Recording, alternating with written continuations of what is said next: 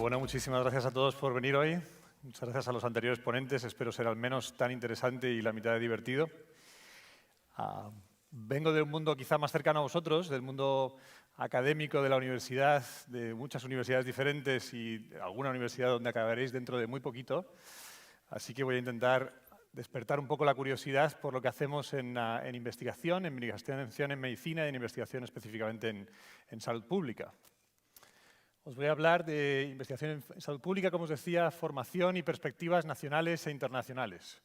Yo recuerdo que cuando tenía 17 y 18 años, como vosotros, me consideraba mucho más listo de lo que soy ahora y ahora estoy convencido de que en aquel momento era mucho más listo y mucho más inteligente de lo que soy ahora. Y toda la gente que trabaja conmigo. Y ese convencimiento me lleva a preguntaros. Imaginaos, yo soy un académico, profesor, los que os van a tocar dentro de un año. Os pongo este título. ¿De qué pensáis que os voy a hablar específicamente? ¿Cuál va a ser un poco mi consejo para vosotros? Compañero de la tercera fila, de blanco, que no paras de hablar, como si esto fuera una clase. ¿De qué te voy a contar, Mr. Huxley?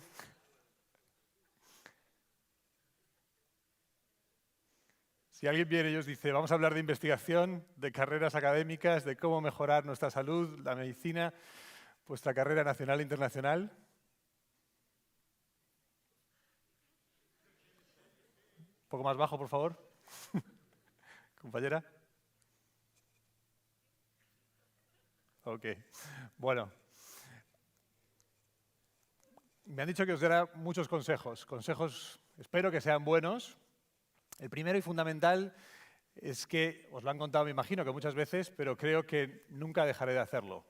Tengo la suerte de hablar 3 idiomas. El fundamental en el que me manejo, trabajo y estudio es el inglés. Así que, primer consejo, y lo repetiré varias veces, study, work and use English.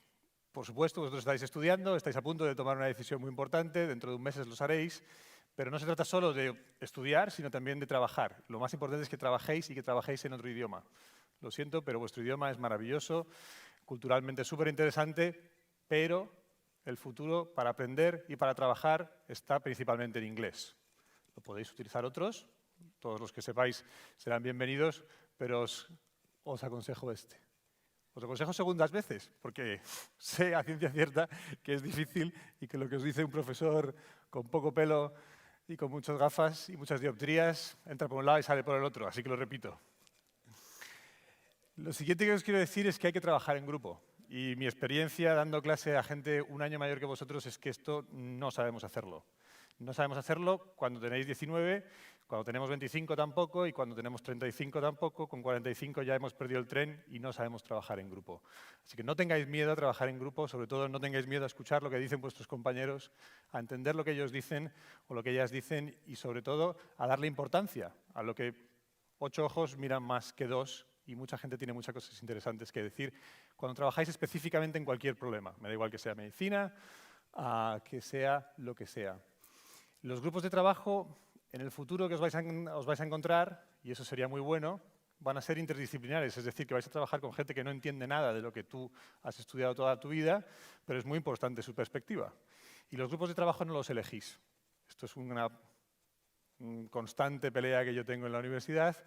Cuando hacemos grupos de trabajo, todo el mundo, pues sí, a mí me gusta trabajar con mis amigas, a mí me encanta trabajar con mis amigos. Bueno, ese no es el mundo que os vais a encontrar en ninguna de las empresas, en ninguno de los grupos de investigación, en ningún sitio donde os vayáis a trabajar. Os va a tocar trabajar con quien os toque. Así que trabajad en grupo, aprended a trabajar en grupo y a trabajar interdisciplinarmente. Lo siguiente, y creo que ya es fundamental, un poco más filosófico quizá, es que os toca estudiar, leer, escribir y pensar siempre críticamente. Es decir, que hay que leer mucho, pero luego hay que cuestionar lo que uno lee. Y hay que cuestionar al profesor, hay que cuestionar a la profesora, hay que cuestionar el libro, hay que cuestionar los artículos que leáis, hay que cuestionarlo todo. Para eso tenéis que primero leerlo, entenderlo y poseer, digamos, la idea que hay ahí enfrente. Pero no tengáis miedo nunca a la crítica, ni a la crítica que os haga nadie por encima vuestro, ni la que os hagan vuestros compañeros. Así que lo importante no es solo leer, sino luego tener vuestra idea y saber defenderla, otra vez más, en grupo y en inglés.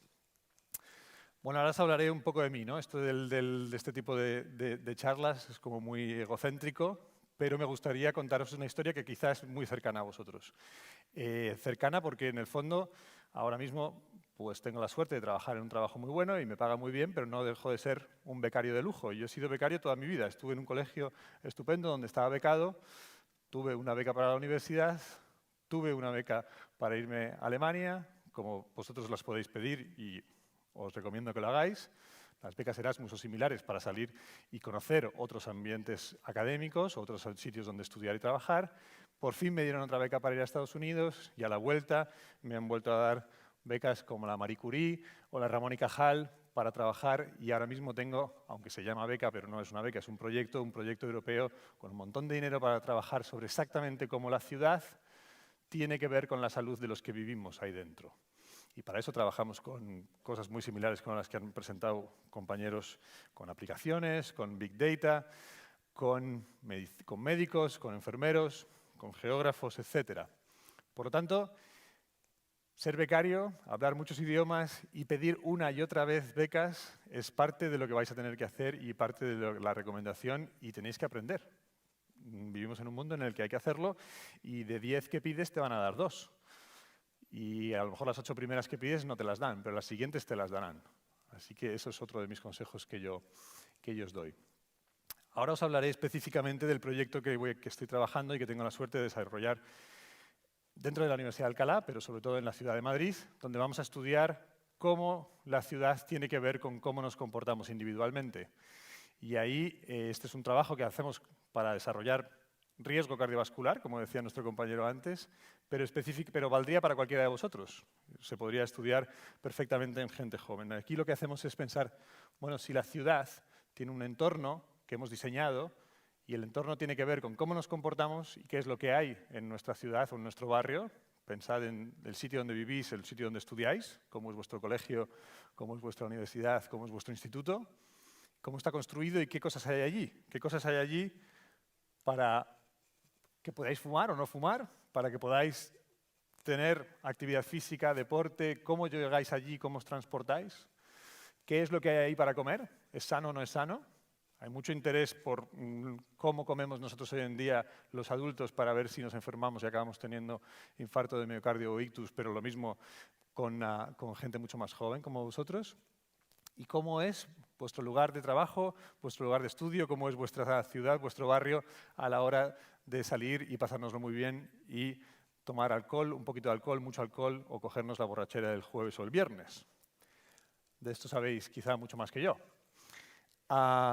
Esto finalmente se relaciona con el riesgo cardiovascular que decía nuestro compañero anterior. De esto del riesgo cardiovascular sabemos mucho a nivel de la clínica. Lo que sabemos es muy poco a nivel de la población. Y la población es lo que estudia la salud pública. Es decir, por qué todos nosotros los que estamos aquí dentro tenemos mejor o peor factores de riesgo, tenemos un mejor o peor futuro y tenemos un riesgo de enfermarnos cuando tengamos 30 años más, 40 años más. Hoy en día, gracias a la estadística y a los estudios que hemos desarrollado en epidemiología y en salud pública, podemos calcular cómo más o menos va a ser vuestro futuro respecto a la enfermedad cardiovascular dentro de 30 años. Antes se hacía 15 años y ahora dentro de 30 años. Ahora sabemos que la gran mayoría de nosotros, debido a estos factores de riesgo, tenemos un riesgo muy alto de llegar a la enfermedad. En cualquier caso, eso es un tipo de trabajo que hacemos. Lo importante aquí para vosotros es lo que os decía antes. Nada de lo que hacemos hoy en día, con grandes ideas, con grandes financiaciones, trabajando con mucha estrategia, lo podemos hacer a nivel individual. A nivel individual hoy en día, a no ser que seáis músicos, artistas, grandes escritores, ojalá haya muchos en esta audiencia, vais a tener que trabajar en grupo. Y este proyecto europeo me lo dieron a mí, pero me lo dieron para trabajar en un grupo, como os decía, interdisciplinar y complejo, pero al mismo tiempo fascinante. Trabajamos con geógrafos, con sociólogos, con epidemiólogos, con gente de atención primaria, de vuestros médicos de familia. Trabajamos también con fotógrafos, con periodistas, con gente que trabajamos en lo que llamamos hoy en día ciencia ciudadana. Y esto lo trabajamos en inglés y lo trabajamos en 20 idiomas, bueno, no, perdón, en 2, a veces se nos cuela el francés también, y trabajamos por Skype, por Google Docs, trabajando en 3 tiempos diferentes. Trabajamos con gente en Melbourne, trabajamos con gente en Madrid, por supuesto, trabajamos con gente en Baltimore o en Filadelfia o en Washington. Y eso tiene una complicación, pero al mismo tiempo lo hace fascinante.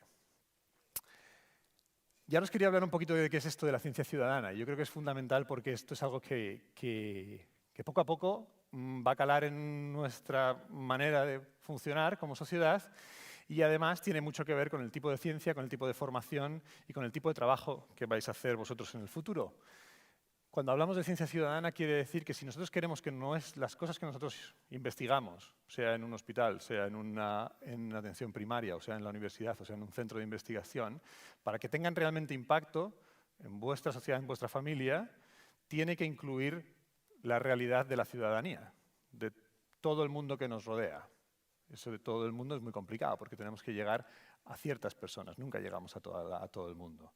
Llegaremos a través de aplicaciones móviles, llegaremos a través de entrevistas, llegaremos a través de grupos de trabajo o grupos cualitativos que se llaman.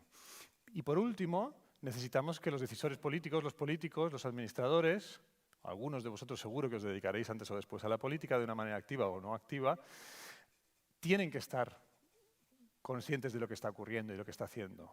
Y para eso hay dos maneras de llegar. Una, o llamas a su puerta o los periodistas son los que van a hacer que llegue esa información a ellos y por lo tanto ellos se informen y se interesen por lo que tú haces. Y eso es exactamente lo que estamos haciendo hoy en día en el distrito de Villaverde. Algunos de vosotros conoceréis el distrito de Villaverde. Trabajamos en dos barrios específicos dentro del distrito de Villaverde, Los Rosales y San Cristóbal, que están ahí. Y trabajamos una vez más en grupo. De este grupo yo no he elegido absolutamente a ninguna de las personas que hay ahí. Y todos son gente muy interesante y nos hemos pasado trabajando, gracias a la Fundación Mapfre, un año entero en un proyecto con una idea muy específica. Y es, queremos mejorar la alimentación de la gente que vive en Madrid, queremos mejorar la alimentación de la gente que vive en Villaverde y específicamente trabajamos en dos barrios para entender qué es lo que hay en esos barrios, en este caso esos dos, cualquiera de los barrios donde vosotros vivís. Y para eso hemos trabajado con el Ayuntamiento de Madrid y con las personas que viven, en este caso, en el barrio de San Cristóbal.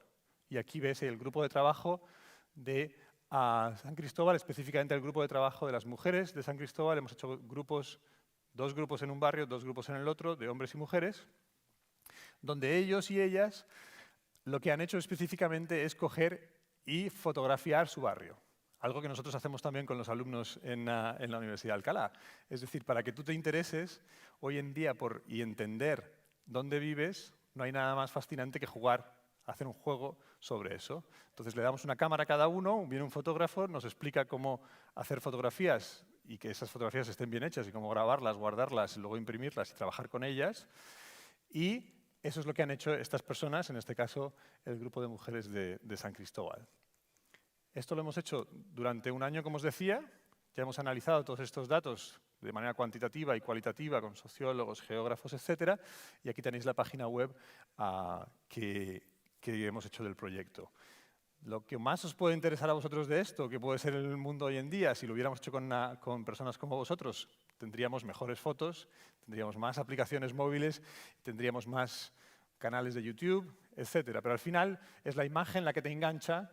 Y es vuestra decisión, vuestro debate, vuestro análisis de vuestro entorno el que va a hacer que nosotros lo podamos entender y analizar y canalizar para cambiar y mejorar nuestra salud, que es lo principal que queremos en salud pública o en investigación en salud pública.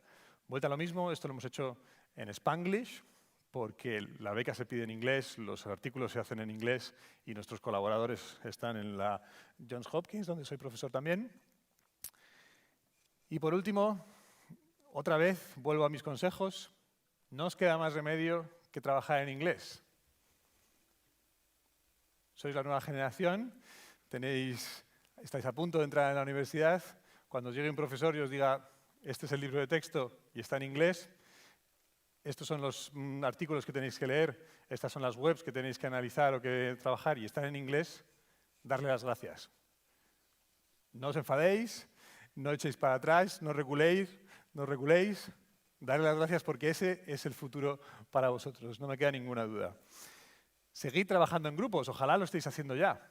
Trabajar en grupos y aprender a respetarnos los unos a los otros, escuchar los unos a los otros y llegar a una conclusión que no sea la tuya, que sea la decisión de todos los que habéis trabajado en ese sentido. Ojalá podáis trabajar en grupos interdisciplinares y sed siempre muy críticos. No tengáis miedo a la crítica, ni a la crítica de vuestro profesor, ni a la de vuestro padre, ni a la de vuestra madre, ni a la de vuestro amigo o amiga, la lista, la guapa, la inteligente, el guapo, el líder del grupo. Da exactamente igual. Vuestra opinión y vuestra idea vale exactamente igual que la de los demás y tenéis que ser respetados y escuchados. Así que muchísimas gracias.